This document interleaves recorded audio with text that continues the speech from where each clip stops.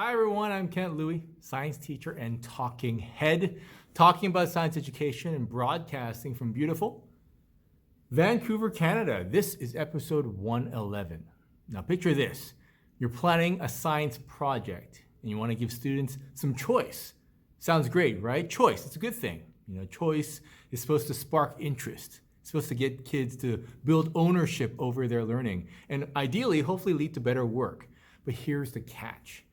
Choice can't be a free-for-all, For one thing, assessing dozens of vastly different projects would be a nightmare. And number two, for students to come up with their own ideas isn't easy. Even graduate students struggle to pick a good research topic. So imagine how overwhelming it would be for a grade 8 student. And this is why we need structured choices, options that are diverse enough to excite students, but similar enough to keep all that grading manageable. And here's where AI comes in. With the right prompts, AI can help us craft creative choices that are engaging for students. So in this episode, I'll show you how I gave my Science A students choice in their end of chapter unit project. But before I continue, handouts for this episode are available at realsciencechallenge.com/EP111. That's 111. And please subscribe to our YouTube channel. Now, here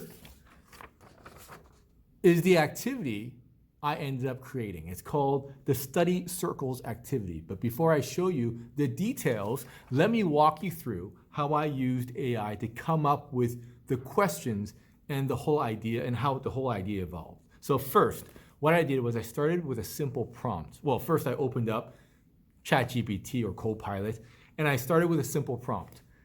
Assume I'm a grade 8 science teacher finishing a chemistry unit on kinetic molecular theory and atomic structure. Students will work in study circles, which are small groups based on shared interests. Suggest joint project ideas across different media and include assessment methods.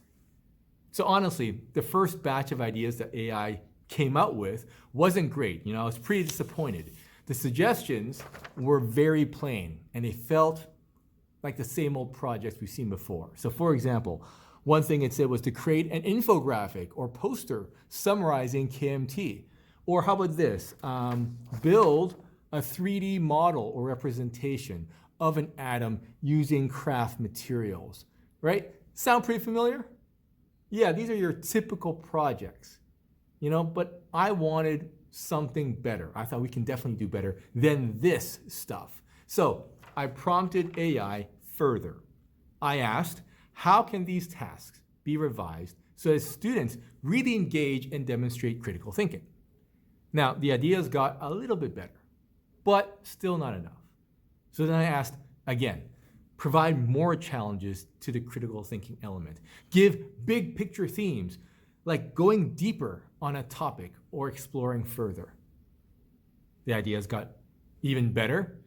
And although the challenges were moving in the right direction, I could still see students just using AI to do the work and then taking that and putting it in a report. So I wanted tasks that students couldn't just copy and paste answers to. So finally, I asked, come up with critical thinking challenges that require students to connect their own experiences and personal lives to the content and the product. And that's when I hit the jackpot.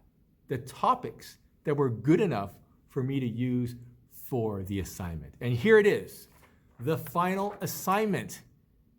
So in groups of no more than 3 people, students are supposed to choose, number one, what they want to produce. So either infographic or short video or podcast, et cetera.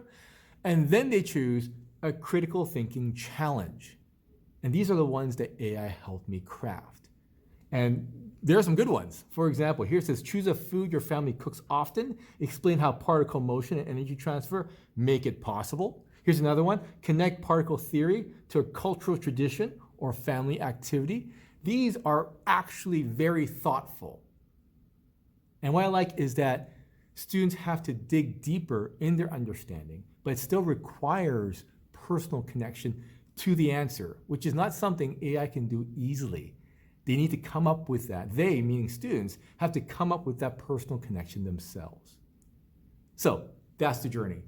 You start with a basic prompt, basic project idea, go through a few rounds with AI to think deeper, and finally land on challenges that really spark that critical thinking and personal connection. So the big takeaway is this: AI, it's like a super powerful tool, but it still needs our guidance to create those meaningful learning experiences. And if you're thinking about using AI to design student choice activities, remember, start simple, then keep refining your prompts until you get something that really engages students.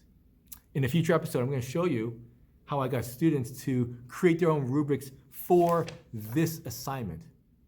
And what do you think? Do you think students actually end up making better projects as a result? We'll find out together. That's it for this episode. Please smash the like or subscribe button or leave a comment below. Handouts once again are at realsciencechallenge.com/EP111. That's 111. Thanks for watching. And let's talk science education again soon.